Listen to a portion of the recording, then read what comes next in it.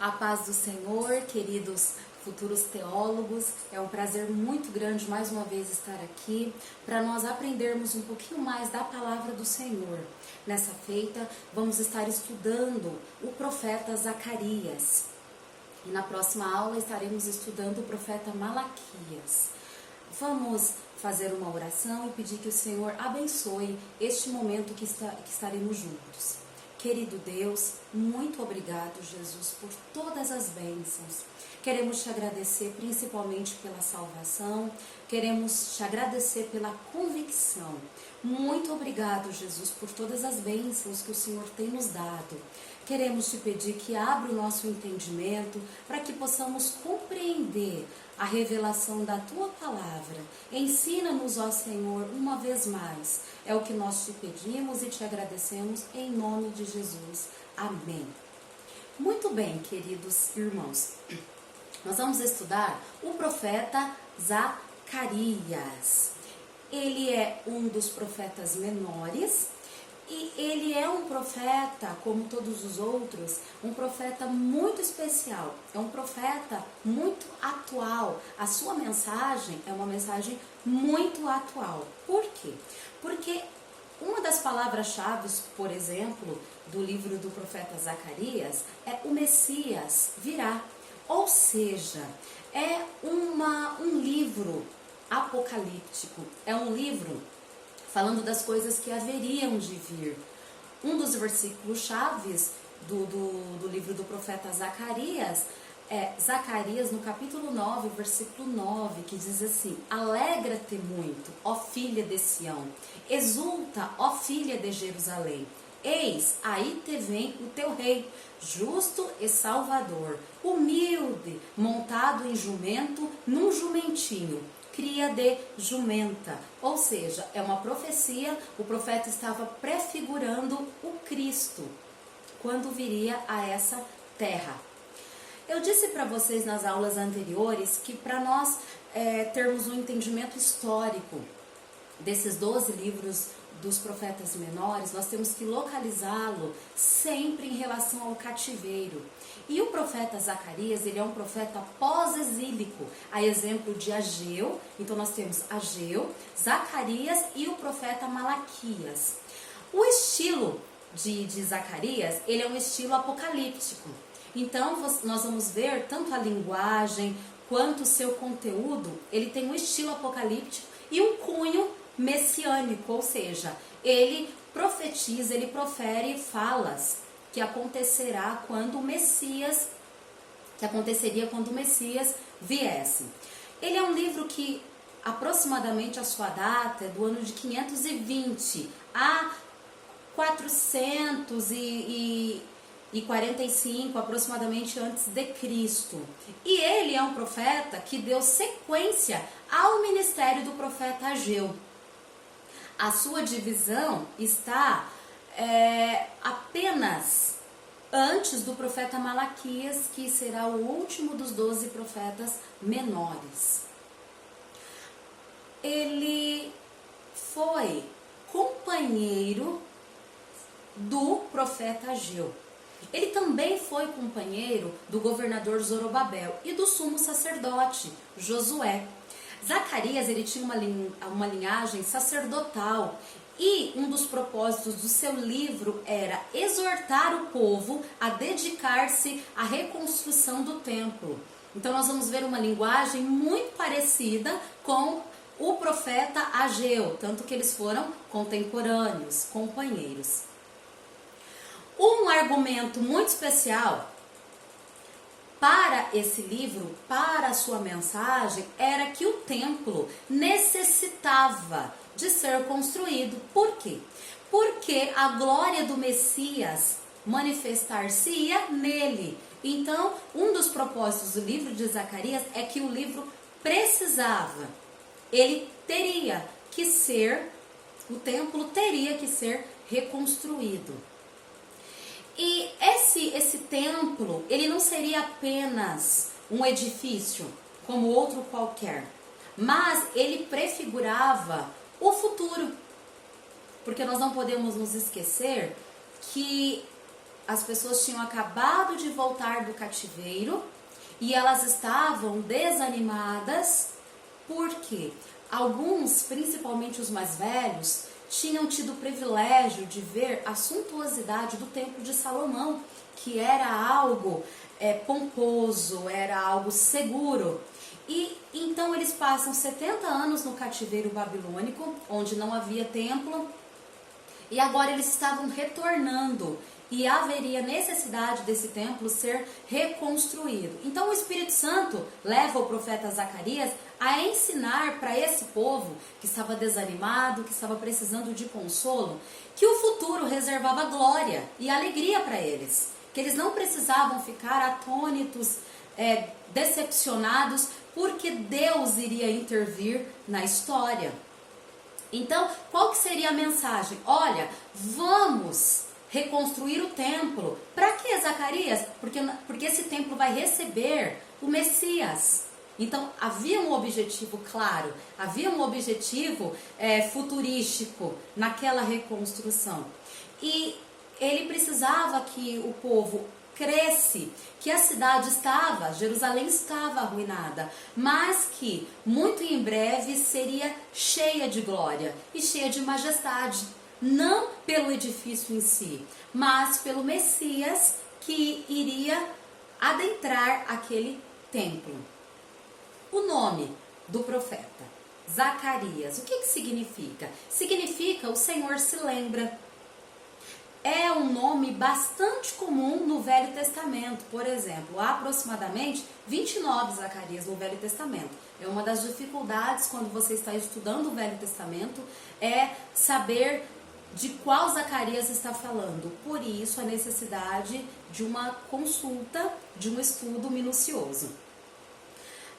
Muito apropriado para aquele que vem anunciar o fato de que as promessas messiânicas não foram esquecidas e que o Senhor mandaria sim a seu tempo o Messias.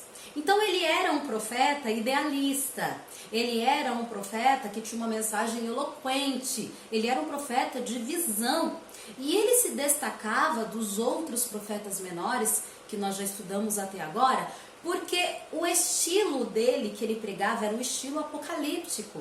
Ele tinha uma linguagem muito parecida com a linguagem de João na revelação do Apocalipse. Você consegue olhar essa linguagem quando ele fala sobre 4 cavalos, candelabro de ouro, o anjo lhe revelando uma visão, os 7 olhos do Espírito de Deus. Então você pode ver que a linguagem é uma linguagem bem apocalíptica.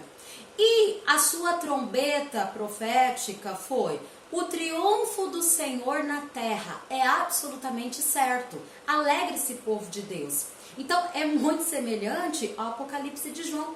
Você vê o tempo todo ele dizendo assim: olha, independente da situação que nós estejamos passando, quem sempre vai triunfar é o Senhor. Ele continua sendo o Senhor da história.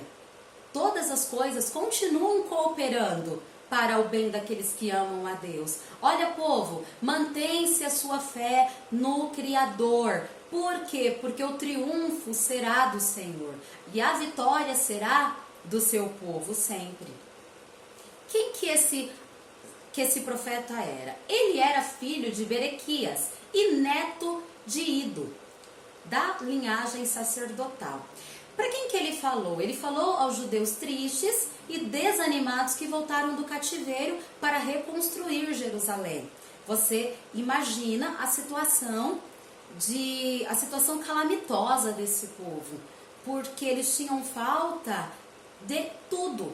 E o desânimo, quando eles olharam a situação ao redor, fez com que eles desanimassem. E de repente, como eles eram humanos, como eu e você, de repente a ideia era: será que nós fizemos correto? Será que nós não deveríamos ter ficado na Babilônia?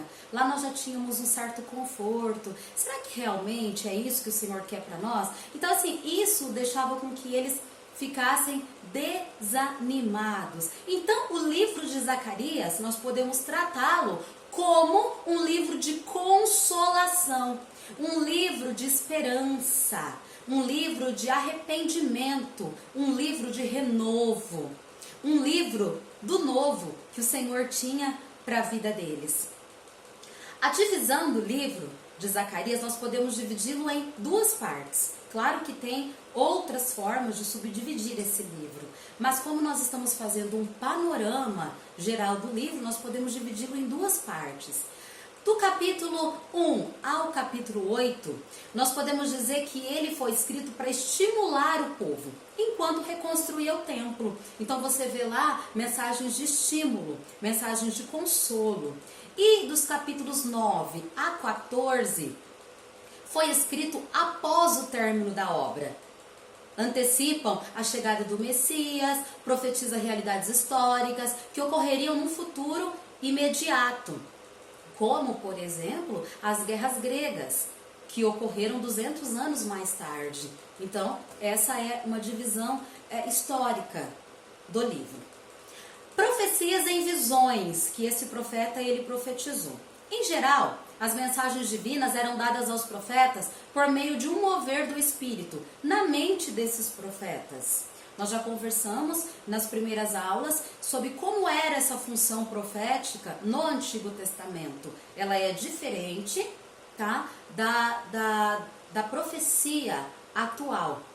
Hoje é um dom profético que o Espírito Santo, por sua livre vontade, ele escolhe algumas pessoas e essas pessoas então podem receber uma profecia do Espírito Santo. Esses profetas eram profetas diferentes. Então havia esse mover através do Espírito Santo na mente desses profetas.